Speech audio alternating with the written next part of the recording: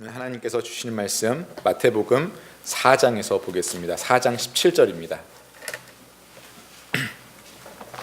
마태복음 4장 17절 한 절의 말씀만 보겠습니다.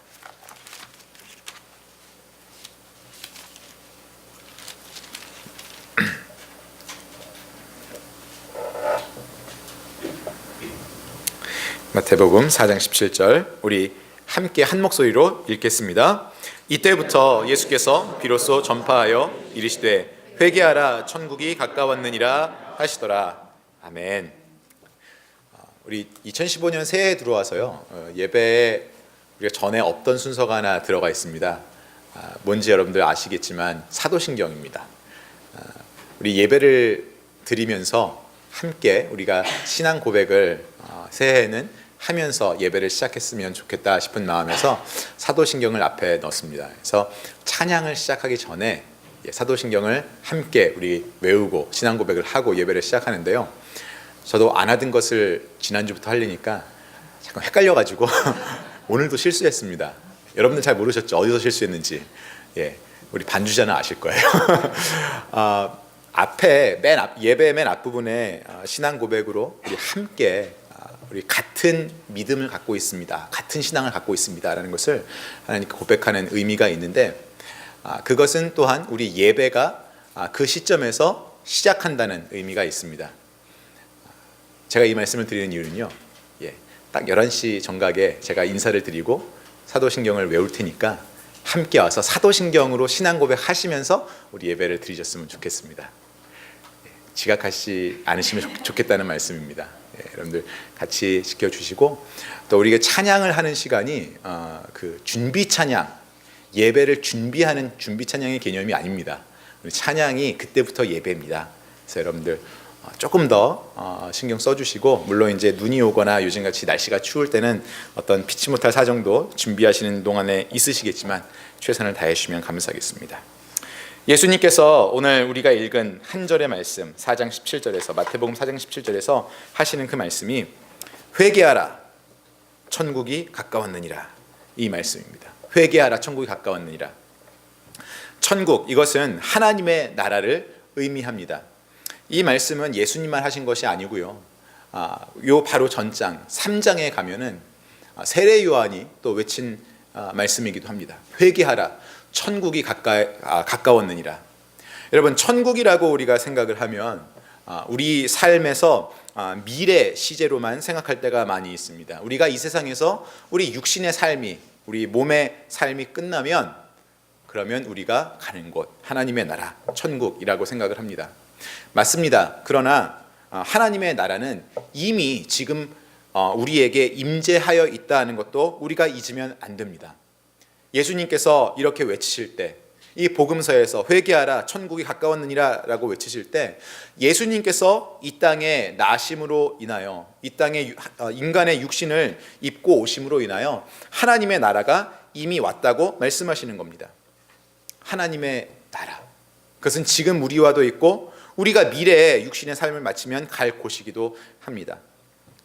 이사야서에 보면요, 이사야서 9장에 이렇게 나와 있습니다. 예수님의 나심이 하나님의 나라와 무슨 관계가 있냐면, 예수님은 우리에게 통치자로 오셨다는 것을 말씀하고 있습니다. 이사야서 9장 6절에 보면 예수님께서 이 땅에 오셔서 하나님의 그 모든 통치하심을 우리에게 보여주시고 우리에게 알려주신다는 것입니다. 하나님의 나라는 그런 것입니다. 하나님의 다스리심, 그것을 의미합니다. 하나님의 나라가 우리에게 왔다는 것, 우리에게 있다는 것, 그것은 하나님의 다스리심이 우리 위에 있다는 겁니다. 하나님의 나라는 우리가 눈으로 보고 몸으로 직접 살아가는 이 눈에 보이는 장소의 개념, 공간의 개념이 아닙니다. 하나님의 능력과 하나님의 다스리심이 살아있는, 영향을 미치는 모든 영역이 하나님의 나라인 것입니다. 그 하나님의 나라가, 하나님의 다스리심이 우리에게 있습니다. 우리가 매일매일 살아가면서 영향을 받는 법과 질서들이 있습니다. 그것이 나라에 속한 것도 있고 사회에 속한 것도 있고 우리가 멤버로 속하여서 살아가는 여러 단체의 것들도 있습니다. 우리들이 생각할 땐 하루하루의 생활이, 삶이 그러한 우리가 속하여 있는 단체, 집단, 나라, 정부, 사회, 이 모든 것들의 울타리 쳐진 그 법에 의하여서 잘 이루어가는 것처럼 보이지만 하나님의 나라, 하나님의 다스리심은 그 이상의 것이 있다는 말씀입니다. 이 세상에서 우리를 다스리는 이러한 사상과 철학을 뛰어넘어서 우리의 겉사람과 속사람을 온전히 다스리는 것이 있는데 바로 그것이 하나님의 다스리심이고 하나님의 나라입니다. 그것이 예수님께서 이 땅에 육신을 입고 오심으로 우리에게 온전히 보여졌고 우리에게 있다는 것입니다. 그것이 하나님의 나라입니다. 예수님께서 복음에서 외치실 때 하나님의 나라 천국이 가까웠느니라 라고 말씀하시는 것, 그것이 복음서의 가장 중요한 내용입니다. 오늘 우리가 읽은 마태복음 4장의 말씀 17절 한 절만 읽었지만 사실은 더 위로 거슬러 올라가서 4장이 시작하는 곳에 어떠한 말씀이 있나 보면요, 우리가 여러 번 들어본 그런 말씀이 있습니다. 4장 1절부터 11절까지는 예수님께서 마귀에게 시험을 받으신 장면이 나옵니다. 40일 동안 광야에서 굶주리시고 금식을 하신 후에 예수님께서 사탄에게 시험을 받으시는 장면입니다. 이 돌덩이들을 떡으로 만들어 보아라. 그 굶주리신 예수님께 그렇게 유혹을 합니다. 또한 가장 높은 곳에서 뛰어내려 보아라. 너희 아버지 하나님께서 천사들을 보내셔서 너를 구해주시지 않겠느냐. 떨어져서 다치지 않도록. 그리고 나에게 절해 보아라. 나에게 경배해라. 내가 이 세상의 모든 권세를 너에게 다 주겠다. 이렇게 세 가지 조건으로 마귀는 예수님을 시험하였습니다. 그러나 예수님은 그 시험에 이기시고 승리하셨습니다. 하나님께서 하신 말씀으로, 구약 성경에 하나님 하신 말씀을 가지고 마귀의 시험에 대항하시면서 그 시험에 무릎 꿇지 않으셨습니다. 이기셨습니다. 그것이 마태복음 4장 1절부터 11절까지 나와 있는 말씀입니다. 그러고 나서 그 후에 오늘 17절에서 우리가 읽은 이 말씀, 회개하라 천국이 가까웠느니라 라는 말씀을 외치시는 겁니다. 마귀가 예수님께 시험하신 그 내용을 우리가 찬찬히 뜯어보면요, 떡, 삶의 안위, 권력, 이것으로 시험을 하는 겁니다. 다시 말하면 물질, 명예, 안락함, 권력, 이것으로 마귀가 예수님을 유혹하는 겁니다. 이것이 예수님만 광야에서 받으신 시험이 아닐 것입니다. 우리 모두가, 아니 이 역사 속에 살았던 모든 사람들이 받는 그러한 시험입니다. 물질, 명예, 안락함, 권력, 이것들은 어느 누구도 이런 것들에 대해서 노하기가 쉽지 않은 것들입니다. 우리의 삶의 수단들이 되는 것, 물질, 명예, 안락, 권력, 이 수단들을 향하여서 정말 어떤 방법도 가리지 않고 열심을 내어서, 때로는 욕심까지 내어서 살아가는 사람들이 많이 있고 그리고 앞으로도 많이 있을 것입니다. 그런데 예수님은 그 시험을 이기셨다는 겁니다. 그 시험을 이기시고 나서 하나님의 나라가 가까웠느니라 라고 말씀하신 건 무슨 의미냐 하면, 이제 우리가 물질, 명예, 안락, 권력, 이런 수단들에 제한되어서 그런 것들에 매여서 살아갈 그러할 때가 아니라는 겁니다. 그러한 삶의 수단들을 뛰어넘는 그 이상 되는 나라가 우리에게 임하였는데 그것이 하나님의 나라라는 겁니다. 삶의 수단에 묶여서 그것들에 발목 잡혀서 그것들을 위해 사는 그러한 삶의 방법들이 이제는 우리에게 더 이상 목적이 되어서는 안 된다는 겁니다. 하나님의 나라가 우리의 목적이 돼야 한다고 말씀하시는 겁니다. 하나님의 나라는 무슨 나라냐 하면 이 삶의 수단들, 물질과 명예와 안락함과 권력, 어떻게 하면 이것들을 더 쟁취할 수 있을까, 더 가질 수 있을까를 고민하지 않는 나라가 하나님의 나라입니다. 왜냐하면 그것들을 뛰어넘어야 하기 때문입니다. 그것들을 초월하는 나라이기 때문입니다. 좀 더 자세히 보려면 우리가 지금 읽은 마태복음 4장 17절, 바로 그 옆 페이지에 하나님의 나라가 어떠한 나라인지 설명이 되어 있습니다. 바로 마태복음 5장의 팔복입니다. 마태복음 5장에 있는 팔복을 보면요, 이렇게 나옵니다. 심령이 가난한 자는 복이 있나니, 애통하는 자는 복이 있나니, 온유한 자는 복이 있나니, 의에 줄이고 목마른 자는 복이 있나니, 긍휼히 여기는 자는 복이 있나니, 마음이 청결한 자는 복이 있나니, 화평하게 하는 자는 복이 있나니, 의를 위하여 박해를 받는 자는 복이 있나니. 여러분, 여기서 말하는 복, 여기서 말하는 복을 누리기 위한 그 조건들, 이것이요, 사장에 나오는 마귀가 예수님에게 주는 그 시험하고 굉장히 다릅니다. 판이하게 다릅니다. 마귀가 예수님을 시험했을 때, 그리고 지금도 우리가 받는 그 삶의 유혹들에서 받는 물질, 명예, 안락함, 권력, 우리는 그것들이 있어야 복을 누린다고 생각합니다. 그것들이 있어야 우리가 잘 살고 잘 사는 삶이 우리가 복을 누리는 것이라고 생각합니다. 그것이 사장에 나온 마귀가 예수님을 유혹하는 그 세상의 삶입니다. 그런데 예수님은 아니다, 그 나라가 아니고 이제 너희들에게 임재한 나라는, 너희들에게 찾아온 나라는 하나님의 나라인데, 그 나라에서 너희가 누려야 할 복은 이것들이다. 온유한 자는 복이 있나니, 심령이 가난한 자는 복이 있나니, 애통한 자는 복이 있나니, 의에 줄이고 목마른 자는 복이 있나니, 긍휼히 여기는 자는 복이 있나니, 마음이 청결한 자는 복이 있나니, 화평케 하는 자는 복이 있나니, 의를 위하여 박해를 받는 자는 복이 있나니. 여러분, 세상의 눈으로 보면요, 지극히 세상적인 그 삶의 수단들, 마귀가 예수님을 유혹할 때 쓰던 그 삶의 수단들을 목적으로 삼아 살아가는 그 세상의 눈으로 보면요, 이 팔복, 5장에 나오는 팔복의 복의 조건들이 이해가 되지 않습니다. 도대체 이것들이 우리가 잘 살고 복 받는 것과 무슨 상관이 있냐는 것이죠. 이대로 살면 칭찬은 받겠죠. 착한 사람이다, 아주 바른 사람이다, 칭찬은 받겠죠. 그러나 그게 잘 사는 것과 복 받는 것과 무슨 상관이 있냐는 말입니다. 그게 바로 사장의 마귀가 예수님을 시험하는 그 세상까지입니다. 우리는 그 삶의 수단들이 복의 조건으로 여겨지는 것, 그 이상의 나라, 하나님의 나라, 하나님의 다스리심을 우린 직접 받고 살아야 한다는 겁니다. 다시 말하면 마태복음 6장, 그 다음 장에 이런 말씀이 나오죠. 너희는 무엇을 먹을까, 무엇을 마실까, 무엇을 입을까 고민하지 말아라. 걱정하지 말아라. 하늘에 나는 새보다도, 들풀보다도 너희들이 훨씬 더 중요한 사람들이다. 새나 들풀이나 아무런 걱정하지 않아도 먹을 것 먹고 입을 것 다 입고 하나님께서 책임져 주시지 않느냐. 너희들, 그 새, 그 들풀보다 훨씬 더 귀한 너희들은 무엇을 먹을까, 무엇을 마실까, 무엇을 입을까 염려하지 말아라. 삶의 수단에 대해서 고민하지 말라는 말씀입니다.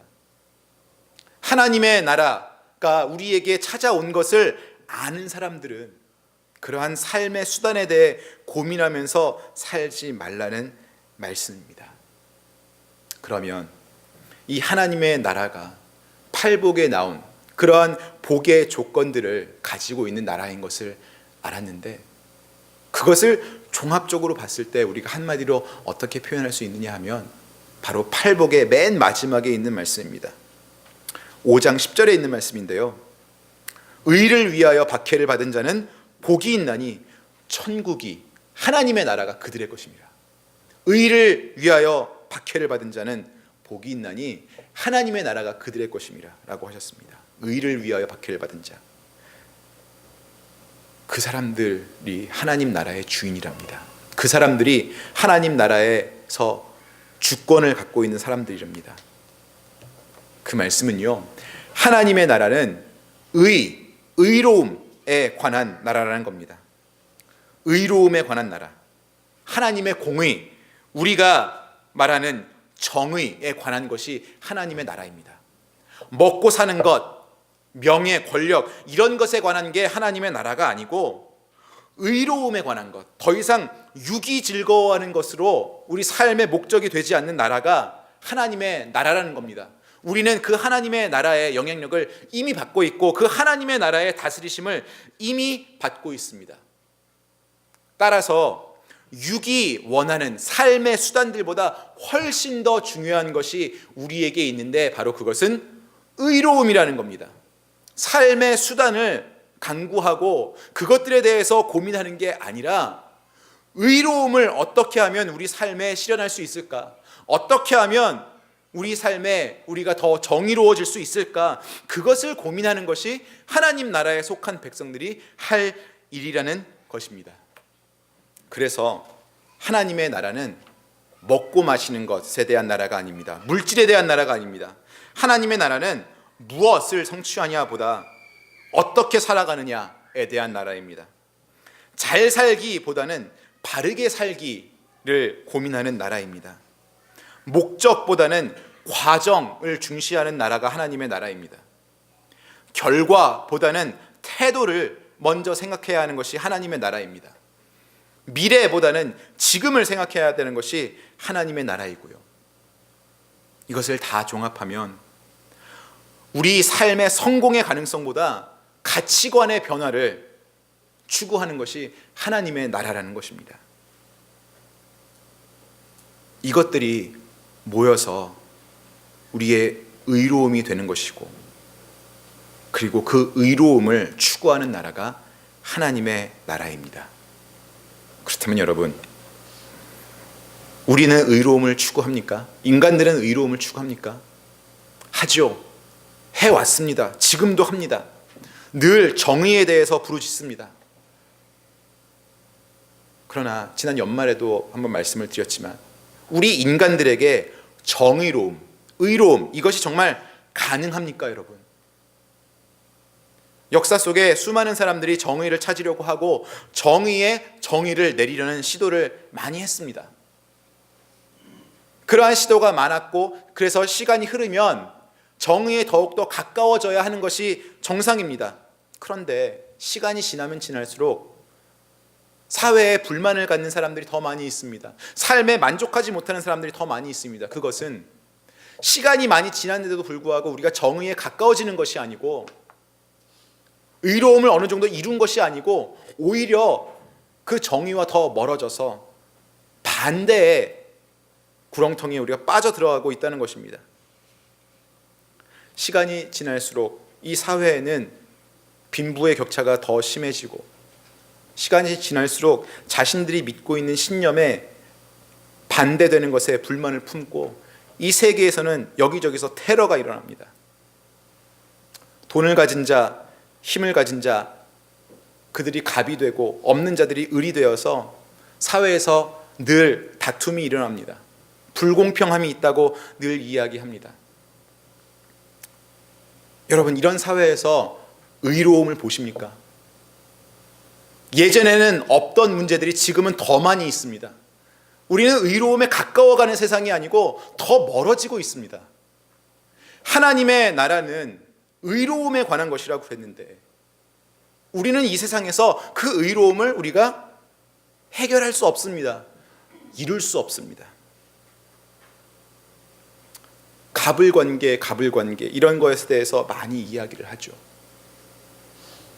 사회의 소수가 되는 있는 자들, 권력 있는 자들, 그들이 없는 자들을 향하여서 부리는 횡포, 이것은 정말 비난받아야 합니다. 정말 나쁜 일입니다. 벌도 받아야 합니다.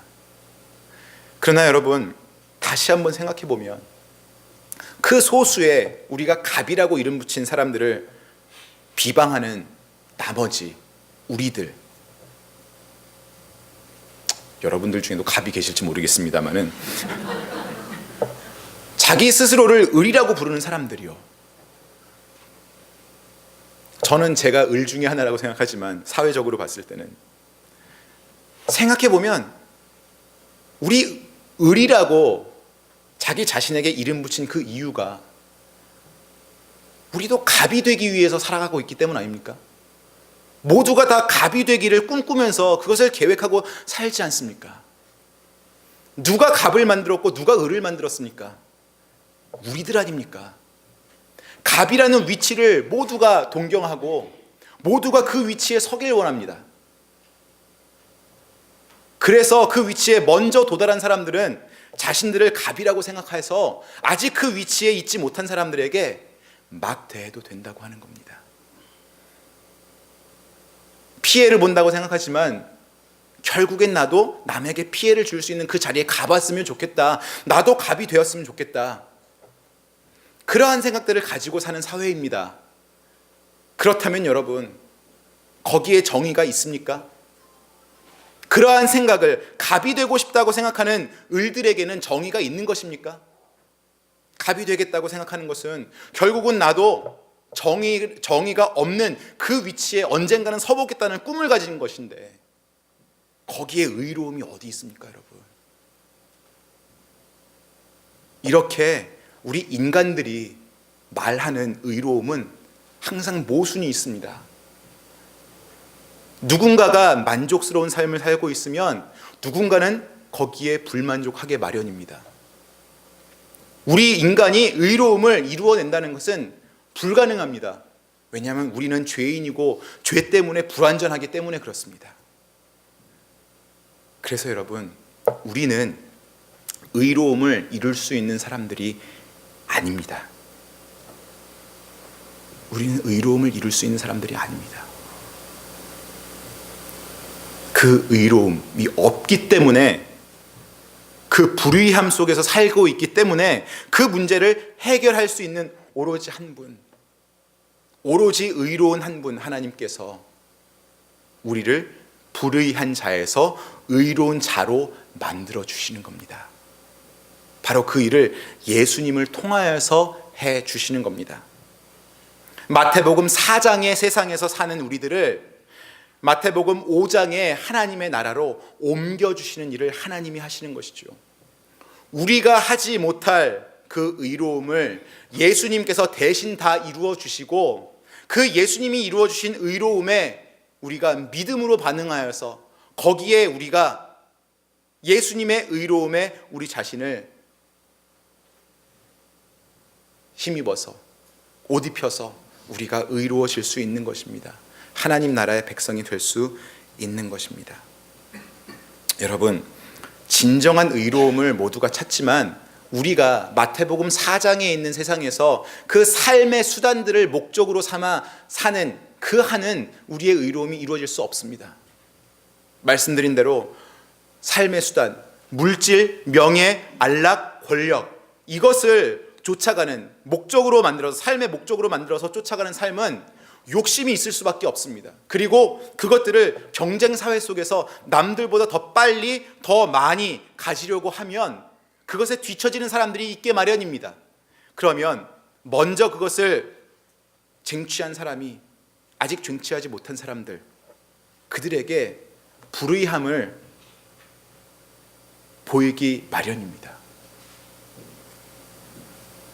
그래서 우리의 목적은 그러한 삶의 수단들에 우리가 놓고 달려갈 수 있는 것이 아닙니다.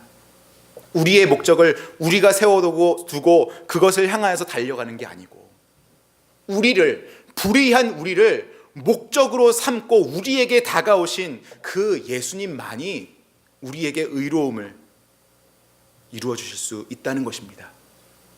불의한 우리들을 목적으로 삼으시고 내가 너희들을 지금은 불의하지만 의롭게 만들어주겠다라고 하신 예수님이 우리를 찾아오셨습니다. 우리가 목적을 세우기보다 우리가 그분의 목적이 되어야 의로움이 달성되는 겁니다. 그래서 예수님이 오셨다는 것, 그것은 하나님의 나라가 우리에게 임했고 드디어 우리가 의롭게 살 수 있다는 답이 되었다는 겁니다. 여러분, 삶의 목적들을 세우시기보다 여러분이 내가 예수님이 이 땅에 오신 목적이었다는 것을 먼저 기억해 보시길 바랍니다. 이사야서 42장 6절에 이렇게 나옵니다.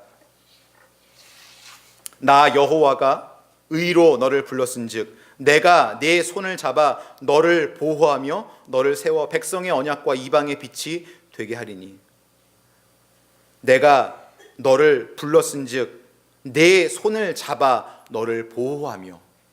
하나님은 우리를 목적으로 삼으셔서, 우리 죄인을 목적 삼으셔서 우리를 잡으시고 우리를 보호하셨습니다. 불의한 자를 잡으시고, 손으로 직접 잡으시고 불의한 자들을 의롭게 되도록 보호하셨다는 겁니다. 이제 우리는 하나님의 나라의 그 모든 베네핏을 다 가지고 사는 것입니다. 마태복음 4장에 마귀가 유혹하던 세상에서 마태복음 5장에 의에 관한 하나님의 나라로 우리가 옮겨오는 그 일 가운데는 회개하라, 천국이 가까웠느니라. 바로 그 두 세상을 건너뛰는 그 과정 중에는 회개가 있어야 합니다. 복음에 의한 회개입니다. 내가 삶의 수단이 되는 것들을 목적 삼아서 살던 것, 거기에 의로움이 없었고 의로움이 없는데도 불구하고 거기서 내가 그것들을 잡으려고 그렇게 열심히 쫓아갔던, 하나님을 쫓지 않고 그 다른 것들을 쫓아갔던 그 삶의 방법들을 회개하고 내가 정말 이제 참된 것을 쫓아가겠다고, 의로움을 향해 살겠다고 회개하는 마음이 있어야 사탄의 영역에서 하나님의 나라로 우리가 옮겨갈 수 있는 겁니다. 회개하라, 천국이 가까웠느니라. 마태복음 4장 17절의 말씀이 그래서 4장과 5절 가운데 있다고 생각합니다. 여러분, 그래서 선교인 것입니다. 회개가 있어야 되기 때문에, 복음으로 인한 회개가 있어야 되기 때문에 선교인 것입니다. 그저 우리보다 좀 더 못 사는 나라에 가서 우리보다 조금 더 가난한 사람들을 돕기 위한 일이었다면 꼭 선교가 아니라 구호 사업이면 됩니다. 그런데 그것으로 끝나는 것이 아닙니다. 그런 삶의 수단들을 우리가 도움으로 베풀어 주는 것에는 한계가 있습니다. 그것이 그들의 삶을 궁극적으로 해결하지 못하기 때문에 그렇습니다. 우리 모든 인간들이, 전 세계의 모든 사람들이 목말라 하는 것은 삶의 수단이 결핍되어서가 아니고 의로움이, 정의로움이 이 땅에 보이지 않아서입니다. 그래서 고통받는 겁니다. 그래서 우리의 삶이 힘든 겁니다. 삶의 수단들이, 물질이, 명예가, 권력이 해결되면 잘 살 수 있을 것 같죠? 천만에요. 그것들이 우리에게 어느 정도 주어지면 오히려 그것들 때문에 더 힘들어지는 것 아시지 않습니까? 그것들 때문에 우리가 더 고생하게 됩니다. 우리를 잘 살게 만들어줄 줄 생각했지만 그것들 때문에 우리가 더 잘 살지 못할 때가 많이 있습니다. 그래서 우리가 고통받고 있는 이유는 삶의 수단들 때문이 아니라 의로움이 없어서입니다. 그 의로움이 해결될 수 있는 방법, 단 하나의 방법, 복음, 그리고 복음으로 인한 회개입니다. 그것만이 우리를 진정한 의로움이 있는 하나님의 나라로 들어서게 만들어주는 겁니다. 여러분, 선교는 그래서 중요합니다. 아직까지 많은 사람들 이 삶의 수단에 얽매여서 마태복음 4장의 세상에서 살아가고 있고, 그것들이 자신들을 잘 살게 해주고 그것들이 자신들을 해방해 줄 거라고 믿는 사람들이 너무나 많은 것입니다. 자신들의 문제가 의로움이 없어서가 아니라, 의로움의 결핍이 문제가 아니라 삶의 수단의 결핍이 문제라고 생각하는 사람들이 아직 세상에 너무나 많이 있습니다. 그들에게 아니요, 정말 당신의 문제는 삶의 수단이 결핍된 게 아니라 의로움이 결핍된 겁니다 라고 다가설 수 있는 것, 누굽니까? 예수 그리스도의 복음을 전파하는 자들밖에 없습니다. 여러분, 그 일을 위하여서 우리가 선교에 동참합니다. 그 일을 위하여서 우리 선교사님들이 세계 각처에 지금 나가 계시는 겁니다. 우리가 아까 동영상에서 슬라이드에서 봤지만, 여러분, 저는 참 악해서요 그런 생각이 많이 듭니다. 저도 일주일에 이메일로 선교 편지들을 받거든요. 선교사님들에게서. 읽어보면 정말 열악합니다. 삶이 정말 열악합니다. 용서하고 들으십시오. 정말 인간적인 마음으로 어떤 선교사님들의 선교 편지를 보면, 소식을 보면, 와, 저기서 어떻게 사시지? 저기서 그냥 매일매일 삶을 영위하는 것도 힘들 텐데 어떻게 저기서 애들을 키우시고 가족을 부양하고 어떻게 저기서 학교를 지어서 사람들을 모아서 가르치고 어떻게 저기서 교회를 세우고 그 일을 어떻게 하시지? 나는 저기 가서 단 며칠 그냥 살다 오는 것도 힘들 것 같은데.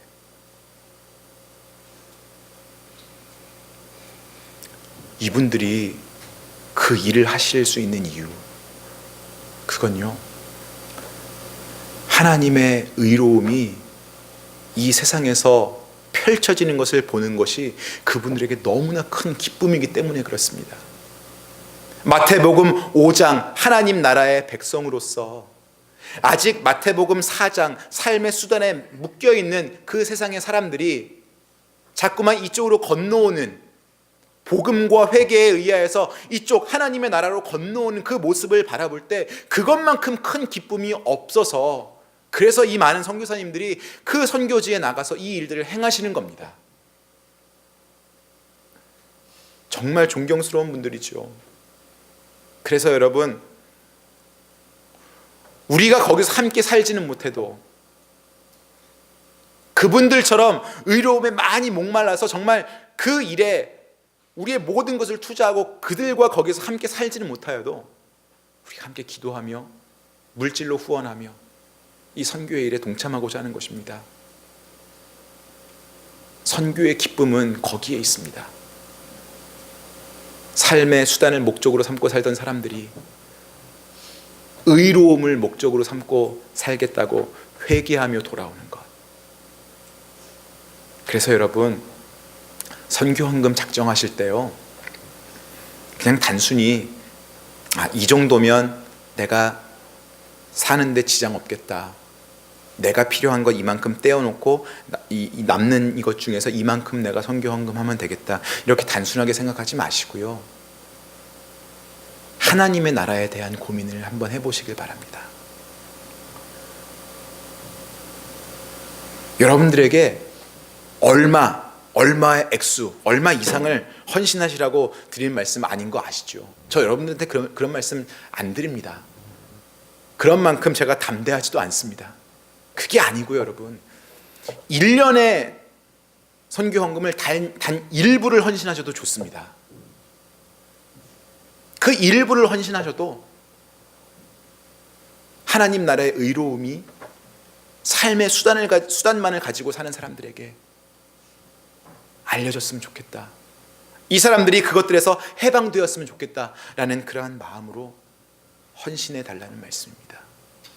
교회는 여러분들의 헌신을 가지고 그 하나님의 나라 그리고 그 의로움이 전 세계에 펼쳐지는 일을 위해서 귀하게 쓸 것입니다.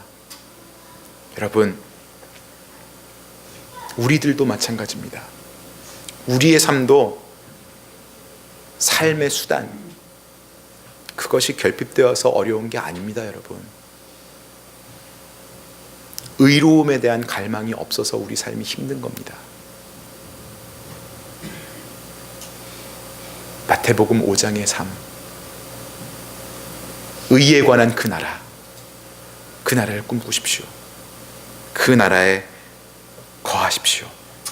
하나님의 나라가 왔습니다. 우리가 목적하는 바를 쫓아가지 않아도 되게 하나님께서 우리를 구원하시는 것을 목적으로 삼아서 우리에게 다가오셨습니다. 그 의로움에 오늘도 감사하시고 감격하시는 저와 여러분이 되기를 주님의 이름으로 축원합니다. 우리 이 시간에 같이 찬양하겠습니다.